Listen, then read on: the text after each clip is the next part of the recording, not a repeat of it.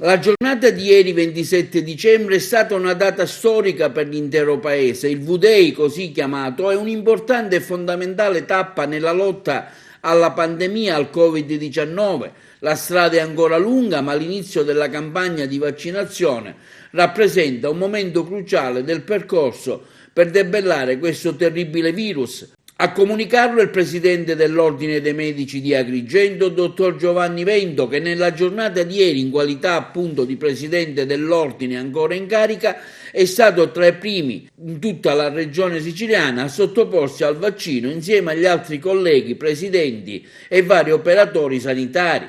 Non ci riteniamo dei privilegiati, afferma il dottore Vento al riguardo, ma piuttosto attori di un momento storico cruciale. Voglio sottolineare in quanto medico l'importanza di questo gesto come monito per tutti nella lotta a un nemico invisibile che ha disseminato e continua a farlo mesi di paura, che ha sconvolto la quotidianità di tutti e si è portato dietro un numero altissimo di vittime anche tra colleghi che hanno sacrificato la loro vita per la causa. Vaccinarsi, continua il dottore Vento, è un gesto di responsabilità che mostra un senso di appartenenza alla comunità stessa, perché solo procedendo verso un unico obiettivo e osservando le regole e i protocolli che pian piano verremo tutti assieme. Il traguardo è lontano, bisogna continuare nel rispetto delle regole e del distanziamento sociale, nell'utilizzo della mascherina ed è importante non abbassare la guardia giusto adesso.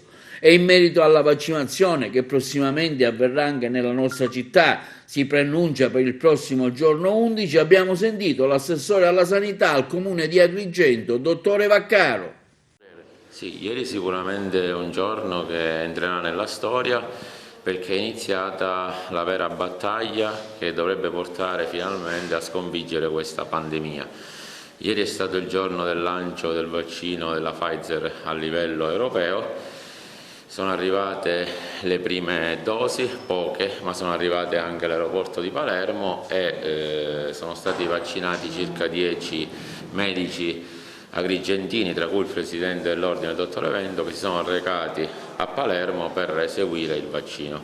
Sicuramente a breve arriveranno altre dosi, apprendo che l'azienda sanitaria già si è dotata dei freezer adatti perché sappiamo che per eseguire il vaccino bisogna rispettare il ciclo del freddo, il vaccino va conservato a meno 80 gradi, quindi entro il giorno 10 arriverà sia all'ASP di Agrigento che all'ospedale di Sciacca, arriveranno 2 freezer che serviranno appunto per la conservazione del vaccino, inizieranno ad arrivare le dosi e le prime dosi verranno somministrate al personale medico e paramedico. Comunque già voi avete predisposto l'area dove la zona caos è già in atto, sono stati fatti e vengono fatti attualmente i tamponi, non c'è stata nessuna pausa neanche per le festività natalizie, dico sarà lì il luogo in cui si somministreranno o ci saranno altri posti? No, è probabile che i vaccini vengano somministrati proprio all'interno del presidio ospedaliero stesso.